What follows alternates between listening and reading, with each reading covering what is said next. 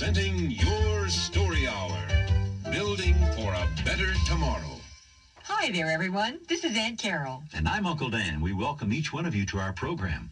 I think we have a very interesting story to share with all of you today. I couldn't agree more, Uncle Dan, because today's story is a continuation of the one we started last time. About the California Gold Rush and the Pony Express, right, Aunt Carol? Yes, and in our previous story, William Russell, the senior partner of Russell, Majors & Waddell, had just promised California Senator that his company would take on the challenge of providing lightning-fast mail delivery to California. It was an amazing, bold idea. As we learned in our last story, at that time, mail delivery between Eastern America and the West took many days, weeks, or even months. But now, William Russell planned on using the fastest riders on the swiftest horses to carry mail via the Central Overland route, which was much shorter than the one used for mail delivery by the Butterfield stage line. But a more difficult route, if I remember right, Aunt Carol. Actually, Uncle Dan, in today's story, I think we'll discover that the entire venture was very difficult and very exciting. I can't wait to get started. What do you call this episode? I call it Thundering Hoofbeats.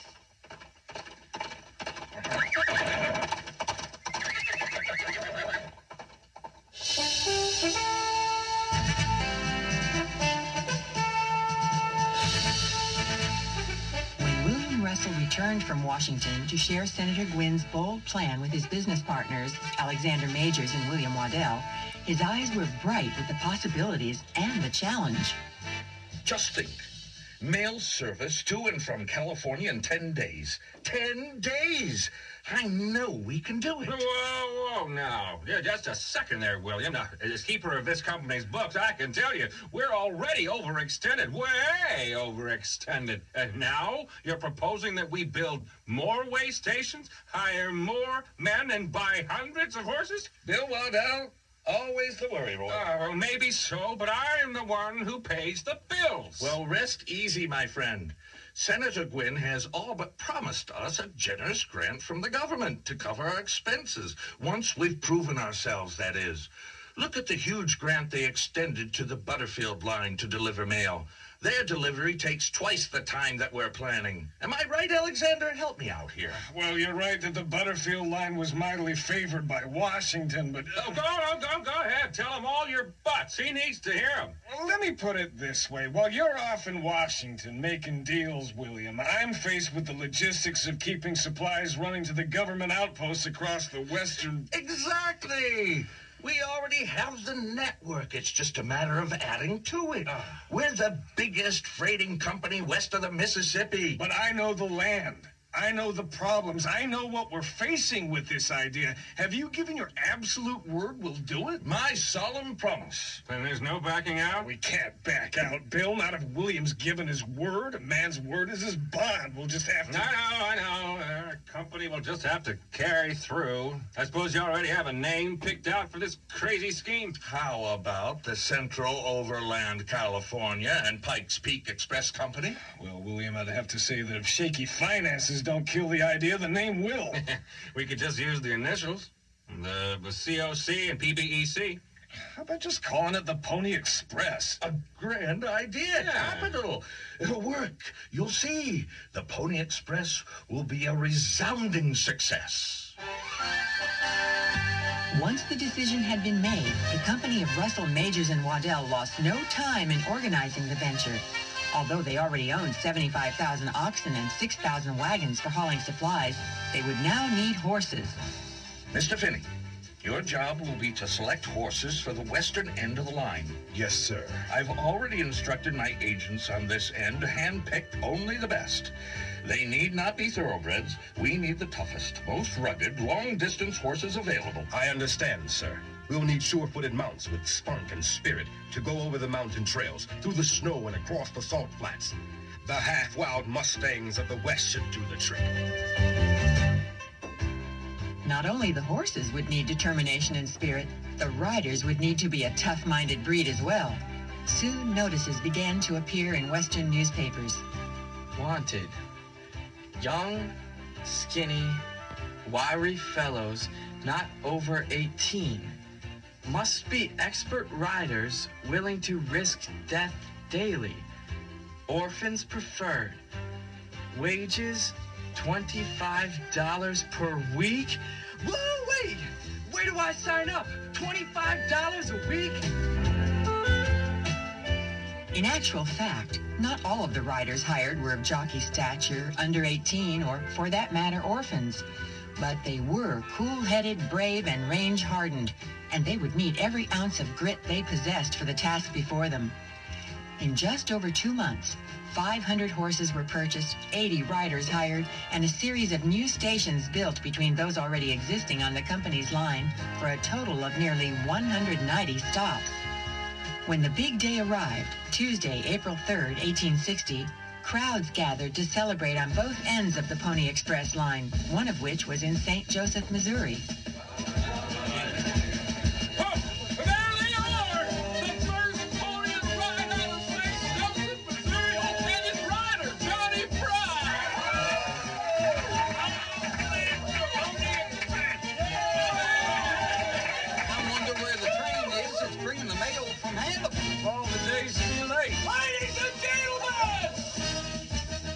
Find out what's happening. Maybe so. The train is on its way!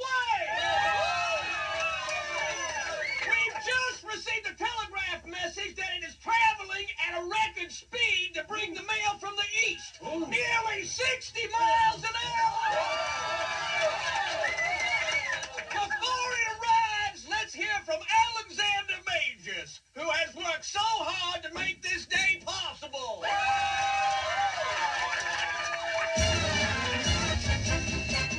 After several speeches had been delivered by various dignitaries, the mail train arrived, and Johnny Fry rode his pony right inside the lobby of the famous Pay-Tea House Hotel, where the field office of Russell, Majors, and Waddell was located.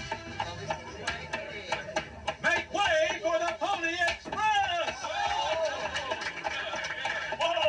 Whoa there, steady! Here is the mail mochila, Johnny Fry, the very first of the Pony Express mail from east to west.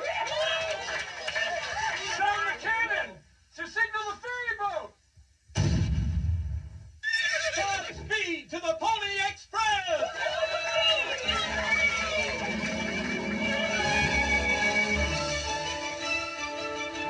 Johnny Fry galloped out of Pay-Tea House and down to the landing a mile away, where the ferry took him and his steed across the Missouri River. From there he headed west, his horse's hoofbeats thundering across the plains. The mochila, which carried mail in 4 pockets on each of its corners, had been especially designed from leather to fit over a saddle. The rider sat on it, his legs fitting between the front and back mail pockets on each side. A special opening at the front fit securely over the saddle horn. The entire mochila could be transferred in seconds to a fresh horse when the riders came to their relay stations. These were placed every 10 or 15 miles along the trail. On the other side of the continent, in San Francisco, California, a celebration similar to that in St. Joseph, Missouri, cheered for James Randall. On a cotton-colored pony, he clip-clopped onto a steamer named the Antelope, which would take them upstream to Sacramento. This was only a ceremonial send-off. The first real rider from the West was Billy Hamilton, who received the mail from James Randall in Sacramento and charged off into the black, rainy night. Yeah! Giddy up, boy! 5 horses and 57 miles later, Hamilton handed off the mochila to Warren Upson. Warren was soon heading straight into the teeth of a driving snowstorm in the Sierra Nevada mountains. Come on, boy, you can do it. I swear I can't see a thing. These drifts have to be 10 feet deep. And if we slip off the path into the canyon... Come on, boy. The mail must go through. Yeah, come on. Over the next few days, riders from the east rode at breakneck speed across the prairie toward the west. And riders from the west crossed mountains and thundered across the great American desert toward the east. Horses were exchanged at relay stations very quickly, in a matter of seconds in some cases, and new riders grabbed the mochila from those who, tired and dusty, had ridden their section of the trail. Whoa there. Whoa, steady. You're a wild one, ain't you? Okay, Jimmy, you take the reins here, but wait to mount up, and you be careful. This one here still has what? Took 3 of us to show him this morning. Don't you worry now. I've been riding wild broncs for years. Well, then you must have been riding on your mama's knee. How old are you anyway? Old enough. Look, There he comes. He's a flying like the wind. Just like I'm going to be in a minute. Oh, boy, this is going to be so much fun. Hold there. Hold.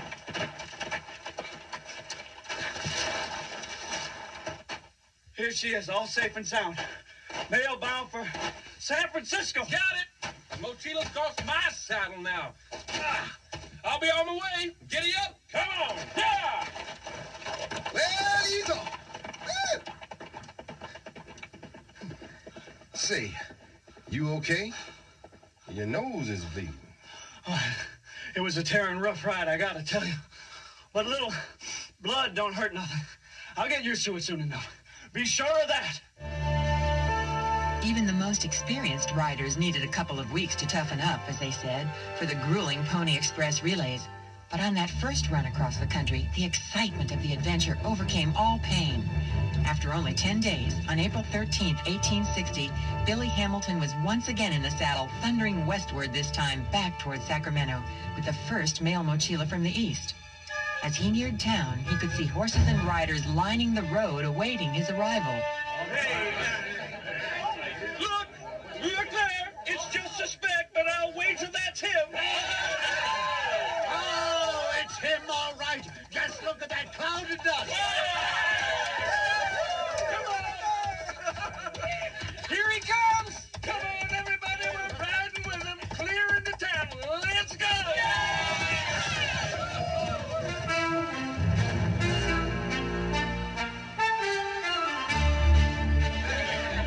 There they come! It's Billy Hamilton! Sound the cannon! Sound the church bell!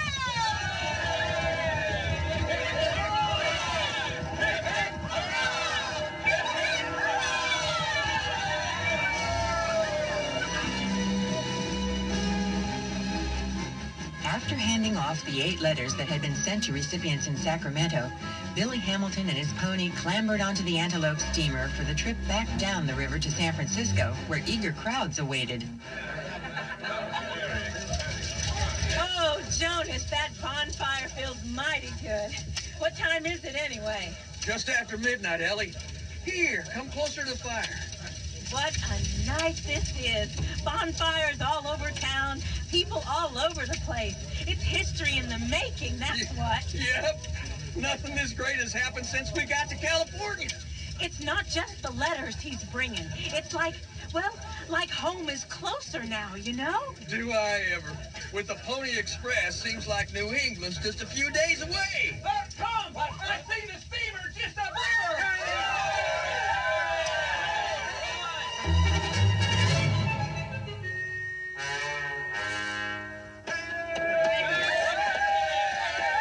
Make way for Billy Hamilton!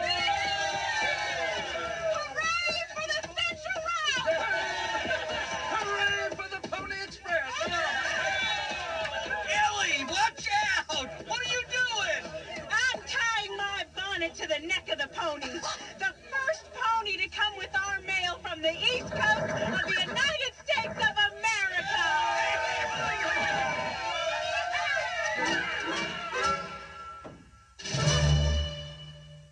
Woo-y, Aunt Carol. Talk about excitement.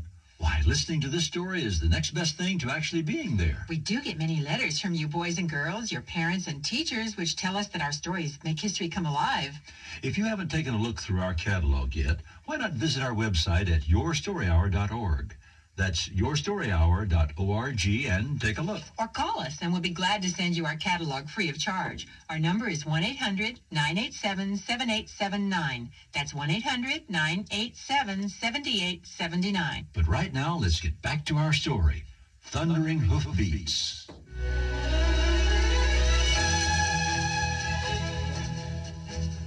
In the 21st century, when men have already walked on the moon and built space stations, it's hard for us to imagine just what the Pony Express meant to Americans in 1860, especially to those living in California.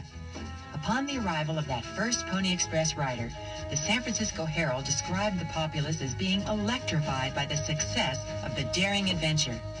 Newspapers in both San Francisco and Sacramento encouraged their readers to support the venture enthusiastically. Listen to this, Amanda. The Daily Bee is certainly on the bandwagon for the Pony Express. Oh, yeah. Now, what does it say? Well, of course, it is an experiment, it says, which will not be kept up many months at a loss, without a hope of remuneration in the not-distant future. And if we would keep it going, we must do at least our share in its support. Let Sacramento tonight give the Pony 40 to 50 letters and show its spirit. Oh, dear. Jason, does this mean the Pony Express might not survive financially? Well, if the government grant comes through, it might. But it certainly won't on just a few letters back and forth. They limit the weight for each mail mochila to 10 pounds. And that's not much mail, even when the letters are written on the thinnest of tissue paper. I fear for the survival of the Pony Express, unless some source of funding comes through. Really? Oh, well, think about it. Russell Majors and Waddell paid up to $200 a horse, and I'm told they bought hundreds of them. And then they have to pay the riders and the station masters. Why, it wouldn't surprise me if they sunk $100,000 or more into the venture already. But it can't fail. We need the Pony Express. From the very beginning, the Pony Express was financially challenged. At first, the cost of sending a half-ounce letter was $5 in gold, which would be about $100 in today's money. So obviously, many folks didn't have the resources to send even a single letter. Many newspapers, eager for fast news from the East, couldn't even afford to pay for messages to be sent because of the high cost. But praise for the adventure carried it along. And as the months slipped by, the stories of danger faced by the riders, the floods, blizzards, Indians, stampeding buffalo, and more, were the topic of everyone's conversation. The tales of courage and daring were not forgotten for many years. Decades later, for example, at the Auditorium Hotel in Chicago, as a family was just checking in for the night. That will be room 105, Mr. Smith. And here's your key. Thank you. Just a moment, and I'll get some help to take your bags upstairs. Well, thank you very much. Mr. Haslund? Yes, sir. Oh, I see we have new guests. Here, let me take your bags for you. Thank you. Haslund, was it? Yes, sir. That name seems familiar to me. Haslund. Yeah, here's my card, sir. Oh, much obliged. My sons and I are traveling to St. Louis and then to Points West for a little vacation. I see. And these two fine-looking boys are your sons, I take it? Oh, yes, indeed. David? Hello. And Andrew. Hi. Well, welcome to the Auditorium Hotel, gentlemen. And now, we'd best get your baggage upstairs so you can settle in. Wait a minute. Your card. Yes? Well. Haslund, now I know who you are.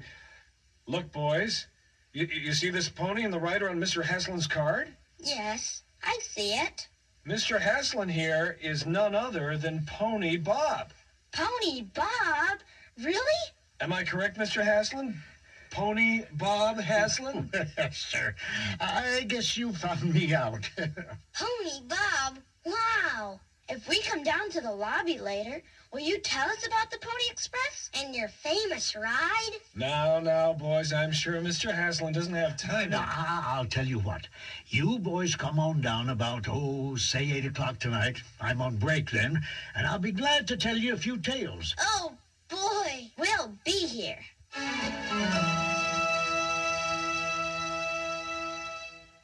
Okay, boys, what is it you want to know? I want to know about the Paiute War and how you rode all those miles. Yeah, me too. All right, then. Well, I was only 20 years old when I started working for the Pony Express. Oh, it was an exciting time, let me tell you. Lots of adventure, but mostly just hard riding. Now, the Indians didn't give us so much trouble, really. Well, sometimes, yes, of course, but mostly they didn't bother us. Besides, our horses were so good and so fast, we could outrun them unless they ambushed us. Anyways, one day, after the Pony Express had been in operation for only 5 weeks, one of the station keepers at Williams Station arrived back home to find an awful scene. Whoa. No. Oh, no. The station is burned to the ground. Daniel! Daniel! Oscar! Where are they? Anybody? Oh, no, no. Daniel, murdered. Oscar, Oscar. And there's other bodies here, too. The Indians have done this. It's the Paiutes. They've murdered and burned my brothers. I've got to warn the other stations. The Indians are on the warpath.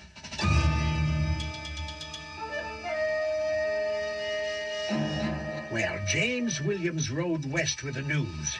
And when I arrived in Virginia City on my run east from Friday's station, I could see Indian smoke signals from all the hills around town. Wow.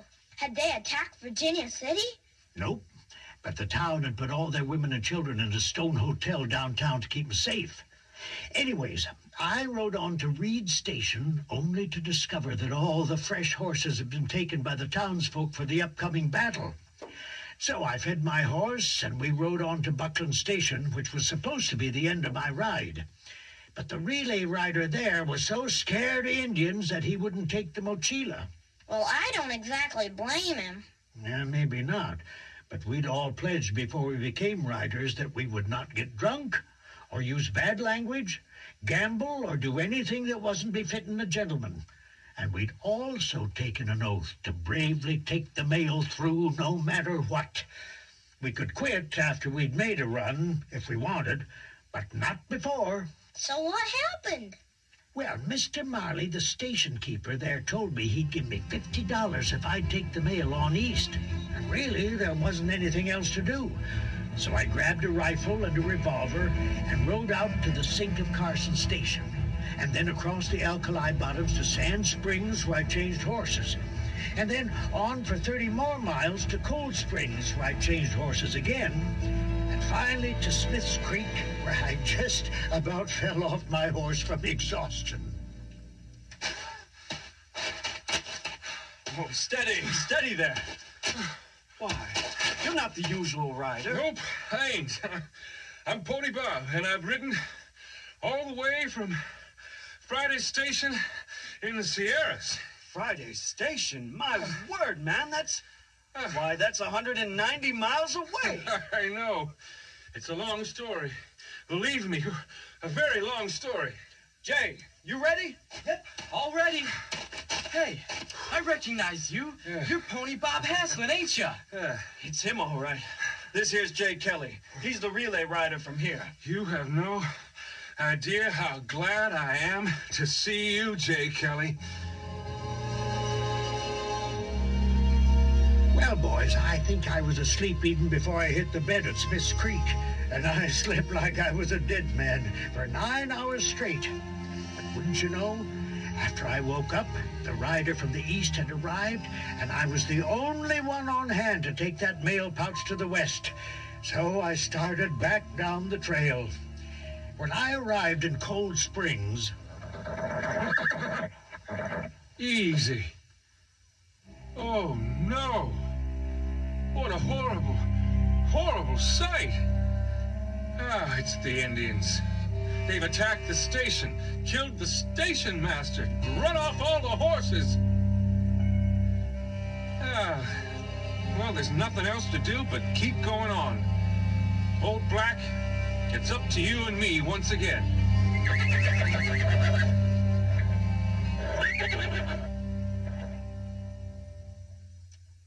I watered my horse and was soon thundering through the sagebrush toward Sand Springs.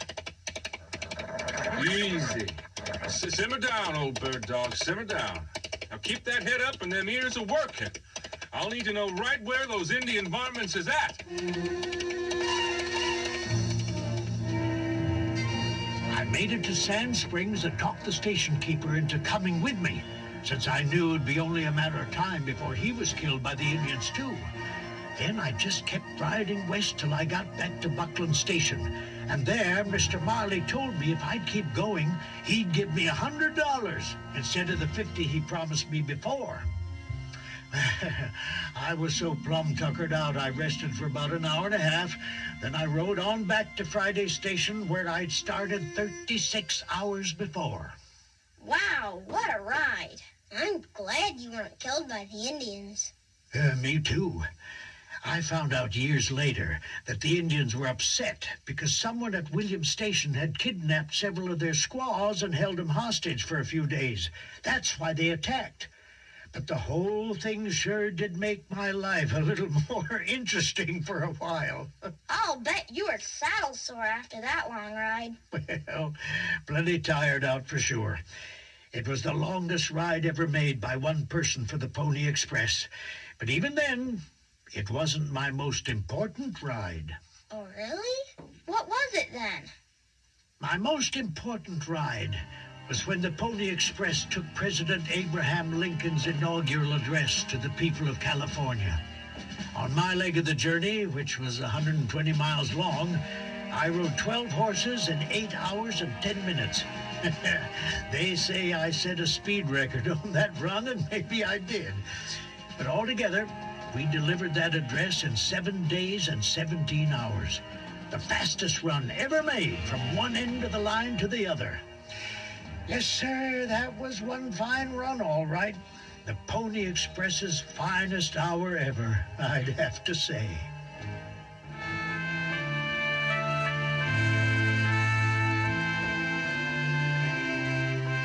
It's hard to believe that the Pony Express existed for only 18 months, from April of 1860 to October of 1861. Its end didn't come from the danger of the adventure, and it didn't come because of financial difficulties either. Since the expected grant from the government never came through, it couldn't have continued much longer anyway. It came because of progress, namely the telegraph. Once telegraph poles were strung across the great American West, messages could be sent like lightning across the wires. And the Pony Express, which had been the fastest connection between East and West, was now very slow by comparison.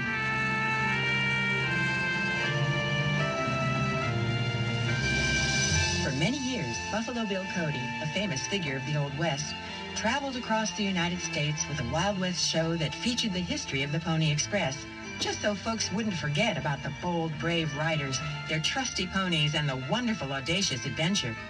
But even today, we have not forgotten. We look back on the amazing days of those thundering hoofbeats across the American West, the glorious days of the Pony Express, and our hearts are filled with a true sense of wonder and awe.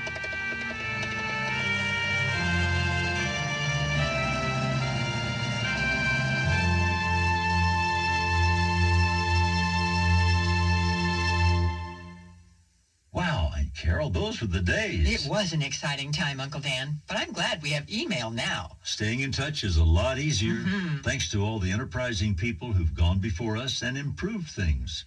Folks like the Wright brothers, Henry Ford and Thomas Edison, to name just a few. Yes, and we have their dramatized stories available as well. So visit our website at yourstoryhour.org and take a look at our catalog. Or give us a call at 1-800-987-7879, and we'll send you one free of charge. Well, it's time for us to go, but be sure to tune in again next time. See you then.